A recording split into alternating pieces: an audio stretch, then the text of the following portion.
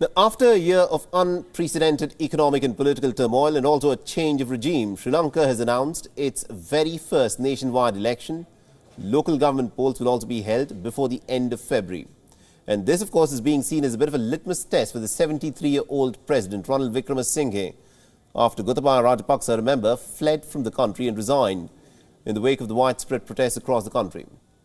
Wickremesinghe, who was a 6-time Prime Minister, won a parliamentary vote to replace Rajapaksa as the President with the backing of the Rajapaksa's party.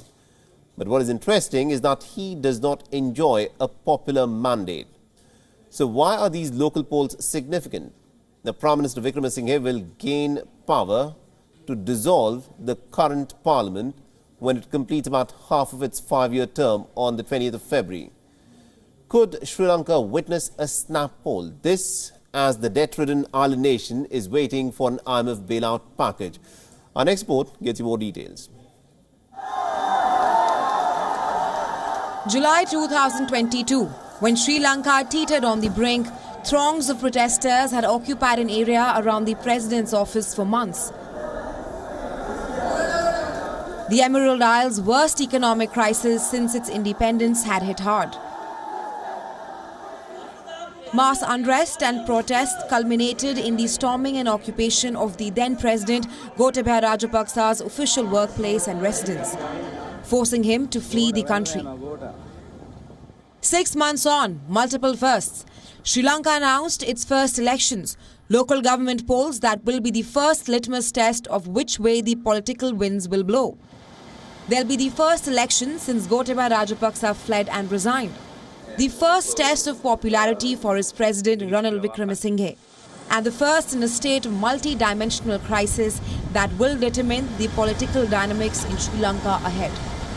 Wickremesinghe had won a parliamentary vote to replace Rajapaksa with the backing of Rajapaksa's SLPP party. But does he have the popular mandate? The timing is extremely critical too.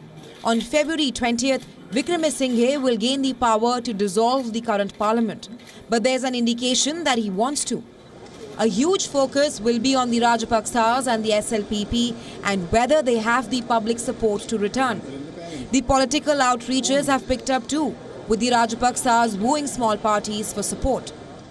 With the much-delayed local government elections finally on the cards, it is evident that the Rajapaksas are now making their presence felt in the run-up to the elections which are due to take place in March. But all eyes will now be on the minority parties, more specifically that of the Sri Lanka Muslim Congress as well as the Tamil National Alliance, to see their stance, while the majority party, which is the Sri Lanka Podujana Peramuna, headed by the Rajapaksas, are still confident that they can garner the confidence of the public in the upcoming election. Never in Sri Lanka's political history has something so small had potential and implications so big. The local government elections are known here as Punchi Chandaya or the mini-election. The unit involved is of relatively modest size. Governments and national leaders don't change here. But in a country where there's no clear idea of what change is needed, looking desperately for a $2.9 billion IMF bailout, these elections do give a definite political direction. This round, ahead of provincial and general elections in 2024, could be as big as it gets for now.